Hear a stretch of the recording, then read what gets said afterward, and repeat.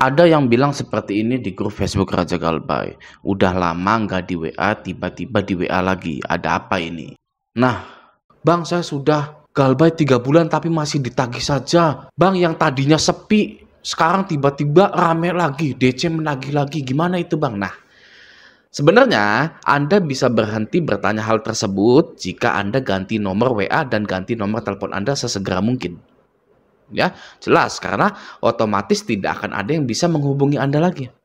Dan mengganti nomor adalah hal yang paling enak pada saat Anda Galbay dipinjol. Kenapa seperti itu? Karena itu tidak melanggar hukum apapun. Ya, tidak ada hukum di OJK yang menyatakan Anda wajib memakai nomor yang Anda daftarkan ke pinjol selama-lamanya. Ya, agar pihak pinjol bisa terus menagih Anda. Ya, tidak ada aturan seperti itu. Ya, yang artinya Anda boleh mengganti nomor Anda. Oke ya. Nah, namun apa jadinya jika Anda sangat menyayangi nomor tersebut, ya, dan Anda bersikukuh tetap tidak ingin mengganti nomor? Ya, ya pastinya Anda akan mendapatkan teror penagihan dari DC-DC pinjol tersebut. Ya, namun berapa lama Bang saya akan diteror oleh pinjol-pinjol yang saya galbaikan itu? Nah, berdasarkan peraturan Otoritas Jasa Keuangan atau OJK nomor 10/POJK.05/2022, isinya sebagai dasar hukum tidak mengatur secara eksplisit mengenai tenggat waktu tagih penyelenggara pinjol ataupun ketentuan bahwa pinjol hanya boleh menagih dalam waktu 90 hari. Nah, berdasarkan aturan OJK tersebut, pinjol boleh menagih selamanya. Ya, saya Raja Galbay pribadi orangnya sangat praktis sekali, nggak mau pakar pikir-pikir ini pikir itu gitu ya. Kalau kata OJK, OJK tidak mengatur tenggat waktu penagihan dari pinjol, berarti pinjol boleh menagih selamanya. Ya, nah tapi pinjol nggak akan bisa menagih selamanya. Oke, kenapa seperti itu? Karena ada laporan keuangan yang harus disetorkan ke OJK. Ya, pinjol-pinjol ini wajib setor laporan keuangan ke OJK tersebut. Ya, jika laporan keuangan tersebut memiliki banyak minus atau banyak nasabah yang gagal membayar, maka OJK akan menyuruh pinjol-pinjol ini menyiapkan action plan. Ya, contohnya seperti ini. Anda pasti sering mendengar action plan OJK. OJK meminta action plan kepada pinjol untuk mengurangi tingkat gagal bayar. Anda kalau mengikuti channel ini pasti sering mendengar hal-hal tersebut. Ya, nah, salah satu action plan tersebut adalah menurunkan tingkat TWP-nya atau bahasa untuk kita rakyat-rakyat ini ya. Pinjol ini diminta oleh OJK untuk menurunkan jumlah nasabah yang galbay. Ya, sehingga laporannya itu bagus gitu loh ya. Wah, kok ini banyak yang galbay gitu kan. Coba action plan-nya turunkan nasabah-nasabah yang galbay. Bagaimana caranya? Ya dengan penghapusan hutang-hutang para nasabahnya gitu ya. Hutang-hutang Anda itu dihapusin gitu loh ya, biar laporan ke OJK-nya itu wah ya, bagus ini ya. Nanti investor akan datang ini gitu. Jadi pinjol-pinjol ini akan melunasi hutang-hutang Anda atau yang biasa kita sebut auto lunas. Gitu ya. Nah, ketika proses action plan auto lunas tersebut sudah dijalankan oleh pinjol dan hutang Anda sudah lunas, maka nasabah tidak akan ditagih lagi. Ya. Tapi di video ini tidak ada ilmu eksak. Ilmu pasti itu tidak ada. Pinjol itu tidak ada ilmu eksaknya. Tidak ada ilmu pastinya, ya. Contohnya Anda sudah bayar mau minjem lagi, boleh ya. Tapi yang ketiga kalinya ya Anda autol, padahal Anda merasa sudah menjadi customer yang loyal. Ya, ada lagi yang sudah ditolak 10 kali ya selama 1 tahun, tiba-tiba yang ke-11 di ACC. Ya, jadi tidak ada ilmu eksak di dalam pinjol. Yang ada hanyalah logika karena sebab akibat. Ya, sebabnya banyak yang galbay, maka laporan keuangan pinjol jelek. Kalau banyak yang galbay, OJK minta action plan kepada pinjol itu. Ya, akibatnya dari tuntutan OJK itu, pinjol mengauto lunaskan hutang-hutang Anda sehingga Anda tidak lagi ditagih. Gitu. gitu. Oke ya. Nah, sepengalaman saya ketika saya sudah galbay itu minggu pertama pastinya seperti artis dadakan ya. Banyak yang nge-WA, banyak yang nelpon gitu loh. Wah, seperti artis gitu ya. Lalu mulai berkurang di 1 bulan pertama. Ya, setelah 1 bulan gitu ya, itu berkurang. Oke, di bulan kedua tambah mengurang lagi intensitasnya.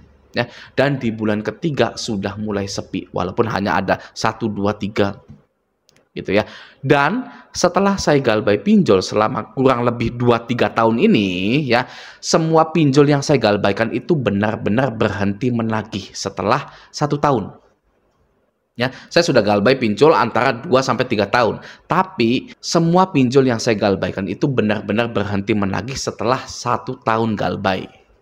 Itu yang saya alami gitu loh ya, dan banyak juga yang seperti itu. Nah, ada satu pinjol yang menagih ke saya bulan lalu melalui WA. Ya, tapi pinjol tersebut sudah tidak ada dan juga sudah bangkrut pinjol itu. Karena sudah bangkrut tapi masih menagih, tidak saya anggap. Ya, tidak saya anggap sebagai penagihan, malah saya klaim itu sebagai penipuan karena sudah bangkrut, ya masih menagih. Bisa saja DC itu yang dulunya kerja di perusahaan penagihan tapi sudah resign dan masih megang data-data yang pernah dia tagih dulunya gitu, entah di HP-nya, entah di kertas tumpukan yang ada di tasnya dia nemu gitu loh ya.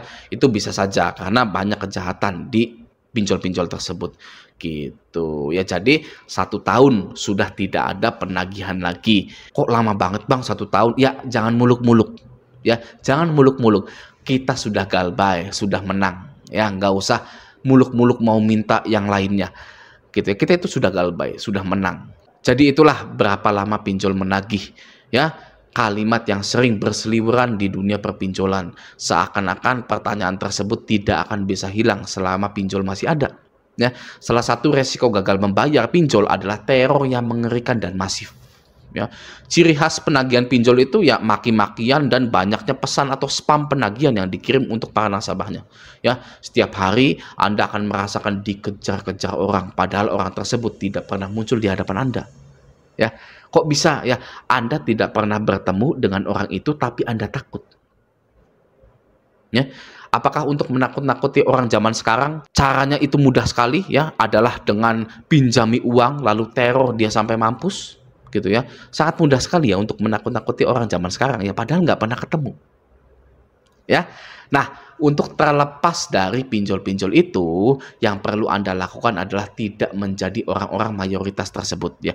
Jika mayoritas orang takut dengan DC pinjol, maka jadilah minoritas para pemberani. Wes, ya bagus ya kalimatnya ya. Jika mayoritas orang takut dengan DC pinjol, banyak yang takut dengan pinjol ya atau DC pinjol gitu ya, maka jadilah minoritas para pemberani. Ya, sekali ini saja dalam hidup Anda ya, dengan tujuan untuk menyelamatkan diri Anda.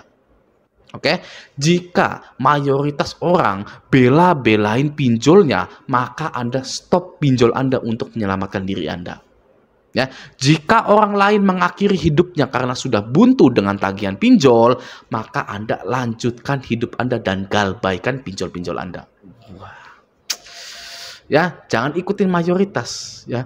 Anda itu harus sesekali menjadi minoritas dengan tujuan yang baik untuk menyelamatkan ya diri Anda. Oke, Anda dibesarkan oleh orang tua Anda, dihidupkan oleh orang tua Anda.